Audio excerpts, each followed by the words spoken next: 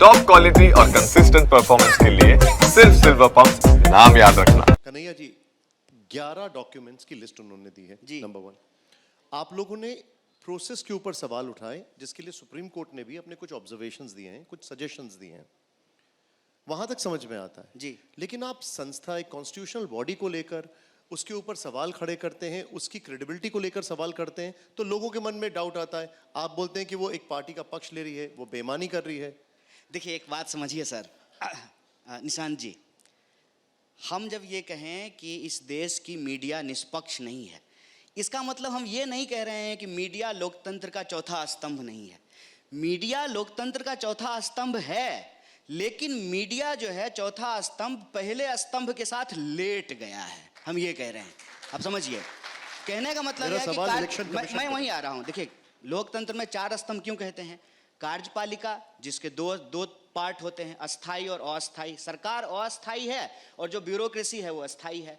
दूसरा होता है न्यायपालिका, तीसरा होता है विधायिका। विधायिका में पक्ष और विपक्ष दोनों शामिल होते हैं, और चौथा हम लोग कहते हैं मीडिया। ठीक है, 3 जो स्तंभ हैं उसमें से न्यायपालिका, उसकी जो प्रक्रिया है उसमें जो संवैधानिक संस्थाएं हैं उसको तय करने की भी भूमिका थी।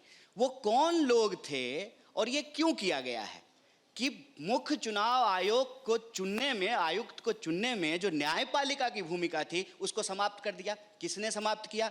विधायिका ने समाप्त किया, कार्यपालिका ने समाप्त किया, अस्थायी कार्यपालिका ने समाप्त किया। पहले जो जज होते उनको चुनने में अब सिर्फ जो है प्रधानमंत्री रहेंगे, गृह मंत्री रहेंगे और नेता प्रतिपक्ष रहेंगे। 3 में से 2 अगर आप रहेंगे तो तीसरा वहां होगा कि नहीं होगा, इसका क्या मतलब है? बहुमत से आप फैसला कर लीजिएगा। तो जब हम ये प्रश्न उठाते हैं तो हम संवैधानिक संस्था पे प्रश्न नहीं उठा रहे हैं, उसकी कॉन्स्टिट्यूशनल वैलिडिटी पे सवाल नहीं उठा रहे हैं, हम प्रोसेस पर सवाल उठा रहे हैं। और प्रोसेस पे सवाल उठाया जाना चाहिए। अगर हम मीडिया पर सवाल उठाते हैं इसका मतलब वो लोकतंत्र का प्रहरी है, हम ये अस्वीकार नहीं कर रहे हैं, वो लोकतंत्र का प्रहरी है। लेकिन लोकतंत्र का प्रहरी होने का मतलब सिर्फ विपक्ष से सवाल नहीं पूछना होता है, प्रधानमंत्री और गृह मंत्री से भी सवाल पूछना होता है, हम ये कह रहे हैं। आप ठीक बोल रहे हैं, लेकिन जब आप प्रोसेस पे सवाल उठा रहे हैं जी तो इसका एक एंटीथीसिस हमेशा दिया जाता है। जी। थोड़ा क्लीशे है लेकिन मैं आपसे पूछूंगा जरूर। जरूर पूछिए। एंटीथीसिस ये होता है कि अगर किसी स्टेट में कांग्रेस की सरकार बनती है तब ये सवाल नहीं उठाए जाते हैं। उठाए जाते हैं, मैं बता देता हूं, सुन लीजिए और आज को इसको नोट कीजिएगा। इस देश में ईवीएम पे सबसे पहला सवाल भाजपा ने उठाया, आडवाणी जी ने उठाया और भाजपा के नेता ने किताब लिखा है। मैं गलत बोल रहा हूं? मैं ठीक बोल रहा हूं? तो जब वो विपक्ष में थे, जब हार गए, फील गुड इंडिया नहीं हो पाया, अटल जी की सरकार चली गई, मनमोहन जी जब प्रधानमंत्री बने तो ईवीएम पे सबसे पहला सवाल विपक्ष के नाते भाजपा ने उठाया।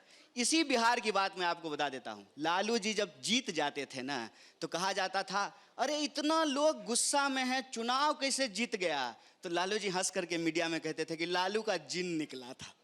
याद है आपको?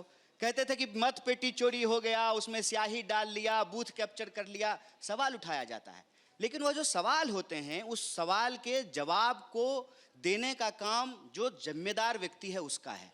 मैं कहता हूं कि हम सवाल पूछते हैं चुनाव आयोग से और ट्वीट करता है भाजपा का लोग। क्यों करता है भाई? जितना चुनाव आयोग आपका उतना चुनाव आयोग हमारा, जितना चुनाव आयोग पक्ष का उतना विपक्ष का। तो हम सवाल पूछें चुनाव आयोग से तो मिर्ची बीजेपी वालों को क्यों लगती है? इससे लगता है कि दाल में कुछ काला है, और मैं कहता हूं दाल में कुछ काला नहीं, पूरी की पूरी दाल काली इन लोगों ने बना दी है। कि चुनाव आयोग बीजेपी को फायदा पहुंचा रही है तो बीजेपी ट्वीट करेगी ना? नहीं, बीजेपी को फायदा पहुंचा रही है, ये बात हम क्यों कहते हैं? क्या हम तथ्य के आधार पर नहीं कहते हैं? हम कह रहे हैं कि मुख्य चुनाव आयुक्त को जो चुनने की प्रक्रिया थी वो प्रक्रिया क्यों बदली गई? न्यायपालिका की जो भूमिका थी एक संवैधानिक संस्था के चुनाव में, उस भूमिका को क्यों समाप्त किया गया? मुझे हम सवाल ये पूछ रहे हैं कि जब आप रात को 12 बजे वोटिंग करके, चूंकि आपके पास नंबर है, कोई ऐसा कानून पास कर दें और आप कहें कि संसद से ये कानून पास हुआ है, लेकिन अगर वो कानून देश की मूलभूत संवैधानिक ढांचा के खिलाफ होगा तो उस कानून पर स्टे करने का आधार सुप्रीम कोर्ट को है। इस पे आप हमारे स्टूडियो में भी बैलेंस समझना पड़ेगा। देखिए हमारे स्टूडियो में एक मिनट, 4 पहिए पे ये कुर्सी है।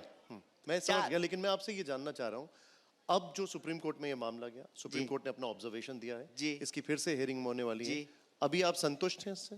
देखिए, संतुष्ट हम हों या ना हों, ये इंपॉर्टेंट नहीं है। ठीक है। कि एपेक्स कोर्ट, सर्वोच्च न्यायालय जो फैसला देगी, उस फैसला को हम सबको स्वीकार करना पड़ेगा।